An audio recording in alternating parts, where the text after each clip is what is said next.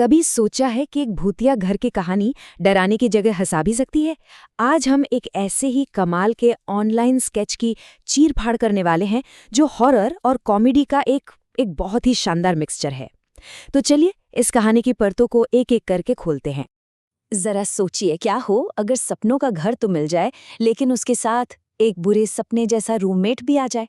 बिल्कुल, यही वो एक सवाल है जिस पर ये पूरी कहानी टिकी हुई है, जहां सपनों और हकीकत के बीच की लाइन बड़ी मजेदार तरीके से धुंधली हो जाती है। तो कहानी शुरू होती है 3 दोस्तों से, और हालत इनकी इतनी खराब है, इतनी तंग है कि दरवाजे पर मकान मालिक खड़ा है और जेब में चाय तक के पैसे नहीं हैं। बस इसी निराशा के माहौल से इनकी किस्मत का खेल शुरू होता है। और ये देखिए कैसे इनकी दुनिया बस एक पल में बदल जाती है। एक तरफ गरीबी और टेंशन ही टेंशन है, और दूसरी तरफ अचानक से पैसा और खुशियां।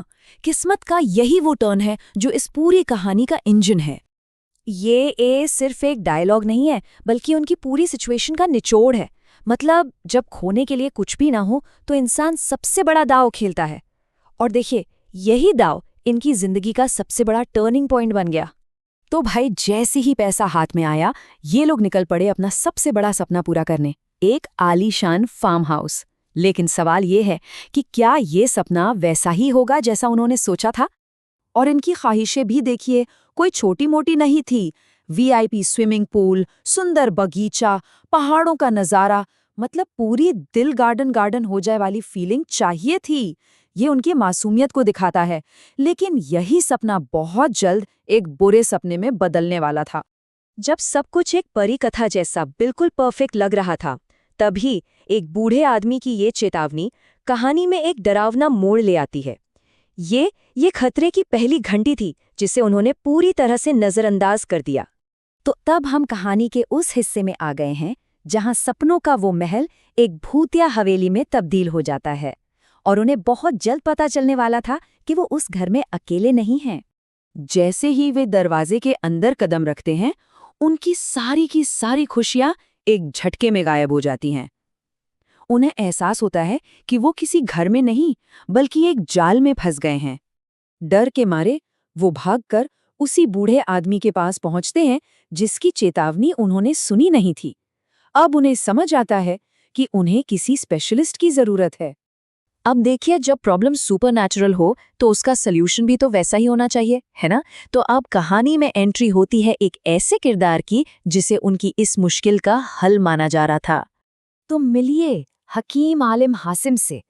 नाम सुनकर ही लग रहा है कि ये कितना काबिल होगा, बादशाहों का बादशाह। ऐसा लगता है कि अब इस भूत का खेल तो बस खत्म ही होने वाला है।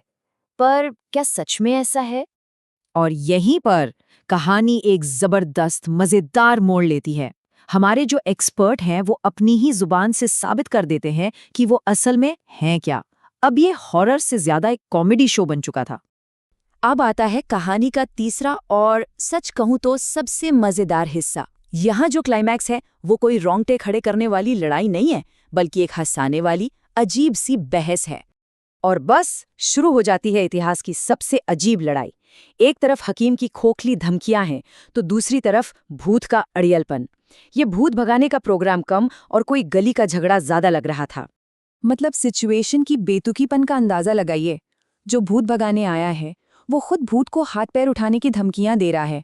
यही तो है कॉमेडी और हॉरर का वो कमाल का मिक्सचर जो इस कहानी को इतना खास बनाता है। तो जब मंत्र और धमकियां कुछ काम नहीं आया, तो हकीम अपना ब्रह्मास्त्र निकालता है, एक मोबाइल फोन। जी हाँ, बिल्कुल सही सुना। अब भूत के साथ फोन पर नेगोशिएशन होगी। तो अब हम कहानी के बिल्कुल अंत पर आ गए हैं, जहां सरेंडर की शर्तें तय होती हैं और कहानी का जो आखिरी पंचलाइन है वो सामने आता है। तो फोन पर क्या डील हुई? दोस्त घर छोड़ने को राजी हो गए, जान बख्शने की बात भी हो गई, लेकिन भूत की मांगे यहीं खत्म नहीं हुई। उसे घर से भी कुछ ज्यादा चाहिए था। और ये रहा कहानी का सबसे बड़ा ट्विस्ट। भूत सिर्फ घर पे कब्जा नहीं करता, बल्कि उसका कानूनी मालिक बन जाता है। ये हमें इस मजेदार सवाल के साथ छोड़ जाता है कि क्या अब भूतों को भी प्रॉपर्टी के कागजात चाहिए होते हैं?